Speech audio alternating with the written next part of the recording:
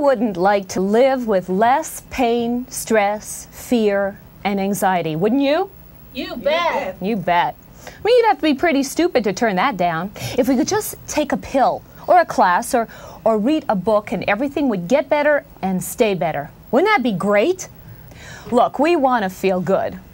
We're not paid enough, and there's the kids and the neighbors, the traffic. We got to get some relief. Our mate doesn't appreciate us. There's criticism and neglect. We're frustrated. So we find a substance. Sometimes we end up depressed, diseased, divorced, in rehab. You're always going to have a problem. If it's not your love life, it's your job. It's a soap opera out there. Forget about it. Someone's going to mess with someone they shouldn't. All hell is going to break loose. If we can manage our emotions, if we have the tools to soothe ourselves in a healthy way, then we won't be reaching outward for the tools of destruction. We can come up with solutions that will result in a happier outcome. If there's something awful and we don't think we can change it, then thinking about it would just be an exercise in frustration, wouldn't it? We like to do what we're good at, like shopping and eating. I'm very good at eating. So why would I think about issues that I'm powerless over when I can eat? Right. Right. I did a show on public access for 15 years in Los Angeles called Shape Up LA.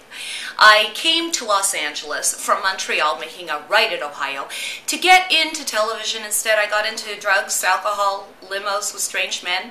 I did a lot of things that a woman with no self-esteem does. I loved Hanala's show in the 80s and the 90s. She was the first life coach. She gave great advice, and she did it in a leotard.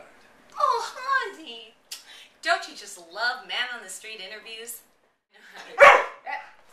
Mommy knows how to get her to shut up. You want a treat? I know this is so bad, right? But the show must go on. We do what we need to do.